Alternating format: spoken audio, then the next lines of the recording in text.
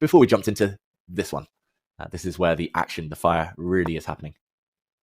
Yeah, we got to show the love to all the games, but of course, it is all about who takes the winner trophy right now in this one game. Super important for that. It's been such a roller coaster, such a topsy-turvy fight so far. Arjun putting the pressure on. This last move on the other side of the board by Gukesh, David brings the rook into the game, attacking the knight. But before we go into this position, let's just backtrack a couple of moves from where we left it and see how we got here. Yeah, let's backtrack because we left it just 3 moves ago. I'll actually show this bishop exchange. Knight to c4 was played by Arjun. Really nice square, nice outpost for the black knight. Can't be challenged or kicked away by a pawn. And Gukesh played this move. We came to the conclusion it was a mistake, but it's very hard at this point in human terms to find anything better. This bishop was immediately challenged. Blue arrow appears, by far the best move, spotted instantly by Erigaisi. Great understanding here that he just wants to triple up his major pieces on the h-file. And queen g2, one of the moves we did suggest was played in the end by Gukesh. Of course, no queen trade. He's more polite than me. He just instantly avoided any queen e4 stuff, any kind of dance between the queens. He's like, okay, keep the queens on. Game continues. Rook b1. The rook did triple up. It's kind of the Alekhine's gun, except normally you want the black queen kind of behind, propelling the gun forward and supporting the rooks. And okay, Gukesh, you mentioned the last move, Tanya. Very surprising because it looks like irrelevant almost playing on the queen side. But this knight was on such a strong post. I guess he felt he had no other option. Maybe he just couldn't move any other pieces. He wants to kick this beast away. But on the counter of that, you're kind of kicking it away to a post it wants to get to, right? We did talk about that knight coming closer to the white king via the path of d6. The move rook to b4, while it doesn't seem to be doing anything for Gukesh's position, it kind of helps black reposition that knight to a more attacking post as well. So I'm just wondering what Gukesh wants, because to me, knight d6 feels like a very, very natural response here. You know, you keep your trumps as they are. You've tied down white's queen eternally to defend the H line. Your queen and the 2 rooks beautifully lined up as well. You know, there are ideas. You mentioned the Alekhine's battery where the queen is behind the rook. You can always reposition it there with the concept of queen moving back to g6 and then to h7. The problem with that would have been the move queen e4. The knight from d6 also takes away that central square for a defensive move like that to arrive. So why is Gukesh allowing Arjun voluntarily to just put that knight on a more useful square?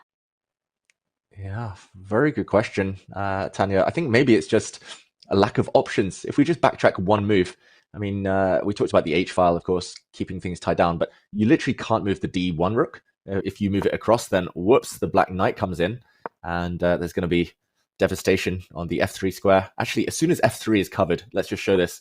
Like, black can even just force checkmate by trading off the queens. And yeah, I think this is relevant because the black knight might try to journey around the board in a different way now to cover f3, the escape square for the white king. So you couldn't move this. You couldn't move this rook away from d1. You couldn't really move this knight away because it needed to protect the d1 rook in many variations. Like moving forward now has no point because you simply get kicked, and maybe f4 will blow open the position even more. Although knight to c5, I suddenly realize threatens some stuff here, but this. Probably there's multiple ways for black to win, including just to show your tactic from earlier, Tanya. Oh, okay, Bar hates it. I was going to say maybe this is one way to win the exchange, and now knight d2 at the very end. Still winning, or better for black, but yeah, you win some material here on the first rank. But yeah, my point was that essentially, instead of rook b4, you can't really move the knight, couldn't move the rook. This was the only one you could move. Maybe some pawns, but yeah, queen, of course, tied down. So maybe he just had nothing else. Rook b4, ugly, but sometimes you got a choice of evils. You just got to pick the least evil of them. Yeah, and I think you make a great point. And to that idea of knight e4 and this e4 square being a really key defensive point for that white queen to land into if black ever tried to reroute his queen behind the rooks. Maybe that's also a drawback of rushing with that knight to e4, David, that somehow black will get that momentum to fall back with the queen. You're also threatening rook h1 check in those positions if you just backtrack, because really when we got to this moment, It felt like knight e4 has to be the defensive move here. You're getting your knight closer to the king. It's a square you want your knight on. And now queen g6 or queen f5, you can choose which one. I like queen g6. Rook h1 is a big threat right now because that knight on e4 suddenly becomes a hanging piece at the end of the trades. You don't have queen e4. Oh, it's just unstoppable, right? Your move, your whole plan. Queen h7, the queen walks behind, the rook delivers the mate, not the queen, because queen to h1, swapping queens. There's always some hope that Gukesh survives, but I don't think there's any hope he survives here. The white knight is actually wandered away from the defense, if anything, and yeah, queen h7. This is the Alekhine's gun when the queen helps the rooks from behind. Yeah, this is over. That's going to be a bazooka once the queen lands on h7 in this position. It's a big one, a big threat to parry. David, instead, look at this move that we have on the board. Arjun has chosen to play the knight on a3, and apparently it's a very, very strong move. I mean, I just thought knight d6 is a human move, but today Arjun Erigaisi is superhuman. Wow, he's leveled up just February. Something about February. Like, I don't know what happened in the month of January. I was trying dry January, maybe. Arjun the same. Valentine's Day inspiration. Exactly. Shorter month, shortest month of the year. You don't have to focus as long. I don't know what it is, but Arjun Erigaisi, yeah, he's just leveled up. Yesterday, just power play against Abdusattorov, and now, I mean, it's not just the fact he's finding all the best moves. It's like they're not obvious at all. Arjun, some of his moves, like Bishop h6 to me was not obvious, even slightly. Knight a3, I wouldn't even looked in this direction. I mean, you said knight d6, I would have played that as well in a heartbeat, but it's actually very hard to defend this pawn, Tanya. Very clever move. How do you hold? So you say it's hard to defend the pawn, and I'm trying to understand why. If we can just look at what's the threat. Let's say you go really passive, and again, it's probably the worst move, but rook to b2. I defend that pawn. Is there a threat on the board that black has right now that I'm completely missing? Maybe no threat.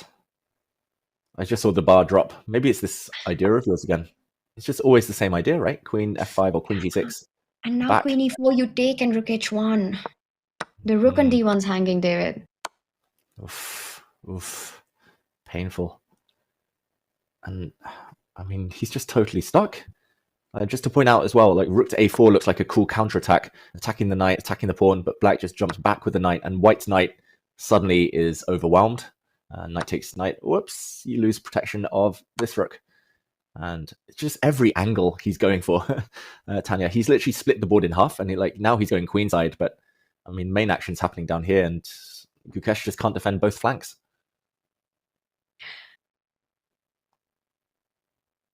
Wow. Can he create anything? Is it time for Gukesh to go all kamikaze in this position and throw b6 and hope that you take with the a pawn, and then some ideas like rook a4, rook a8, try and get one of the rooks off the board? Okay, so maybe this one works then. So maybe not with the a pawn. What is happening here? Maybe with the c pawn? The black king, it is a bit open now, but just needs one move to hide to a very, very safe square.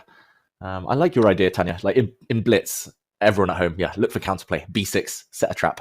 And the a file opening, at least white's not immediately lost. Still struggling, but knight a3. Again, it's just lack of moves. I don't see, I mean, you can't move your knight now. Defend the rook. Can't move your rook. Like rook to c1, again, drops the rook after queen to h1, and there'll be a skewer here. You can't move your queen, your knight, rook. We've come to the conclusion this rook moving is bad. Can't move your queen.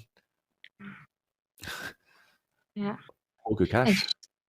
Absolutely stuck. And maybe if b6 comes, that could be an explanation for the move rook b4 as well, right? Driving the knight away to just try to create some chaos. Yes, you give up a pawn, but well, in this position, the pawns are not helping that white king. Knight a3, what a path this has been by Arjun's knight. From c6 to a5, the first time at the edge of the board, comes towards the center, and for the second time at the edge of the board. And turns out, once again, the best move in the position.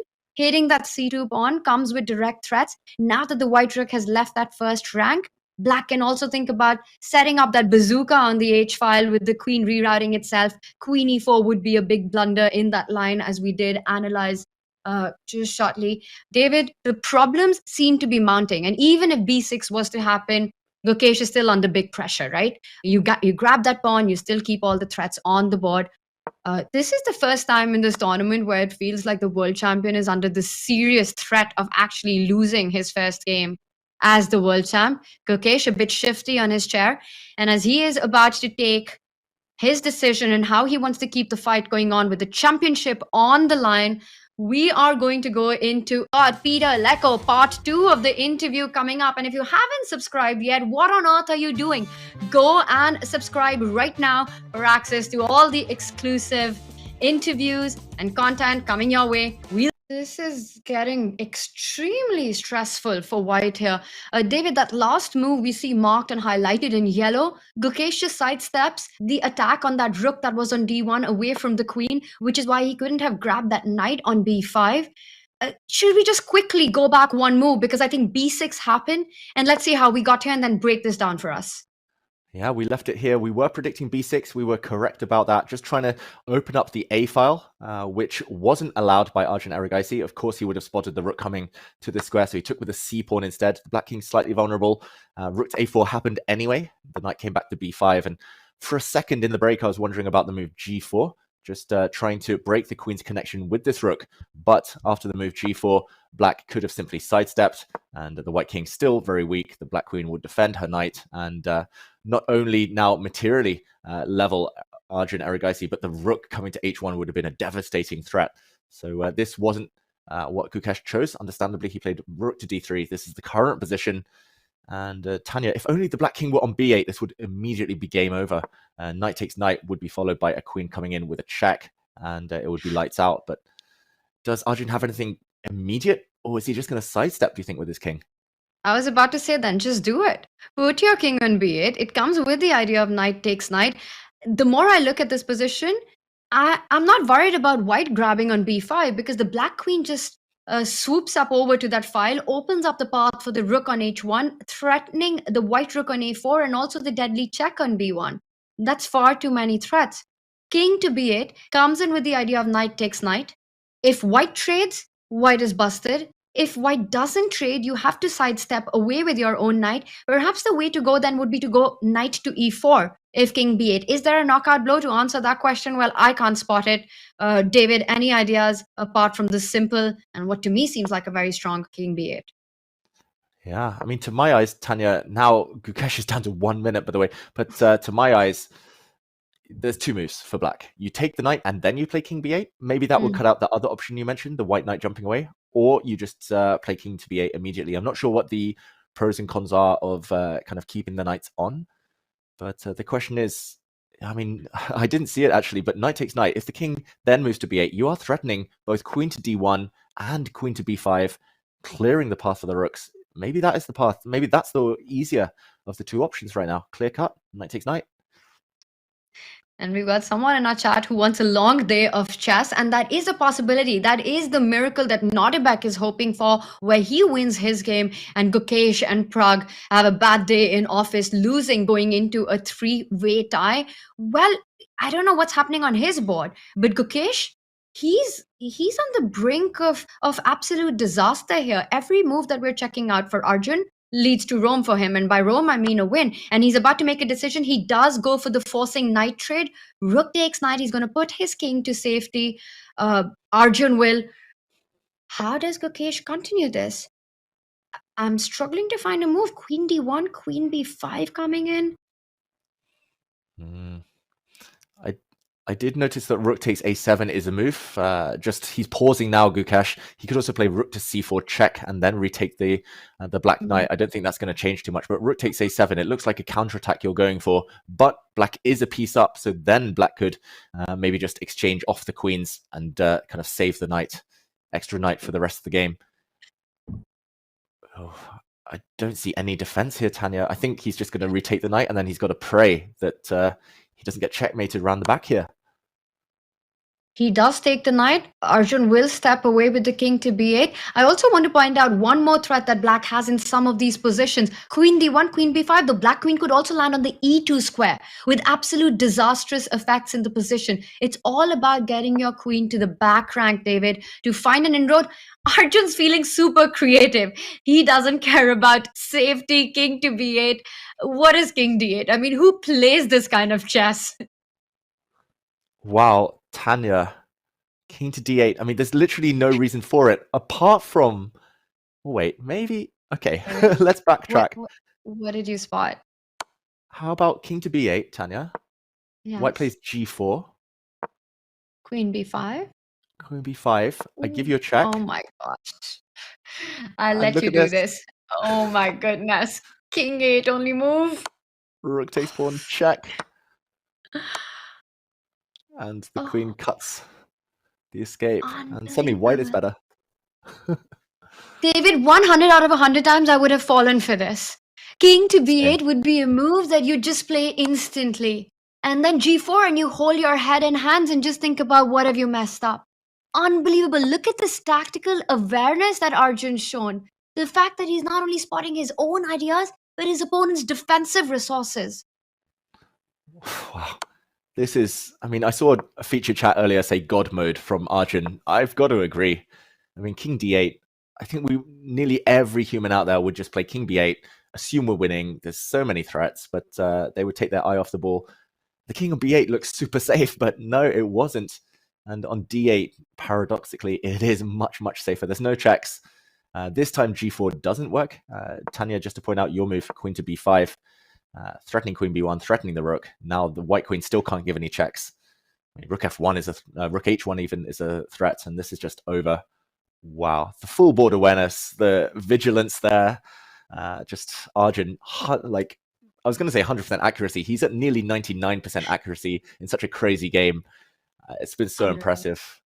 Yeah, This is unreal. incredible. This is that 2800, breaking into that elite club, Arjun, going into that world number 4 ranking, the kind of chess that we saw from him.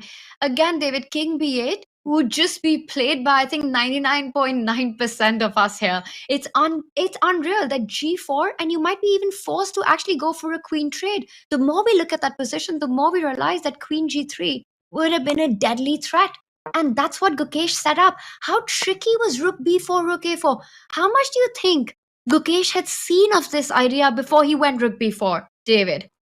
Oh, I think he might have actually seen all of it, Gukesh. Rook b4, like b6, rook a4. He's kind of set it up. That's so sneaky. Gukesh would have tricked most of the population, even most strong grandmasters, I would say.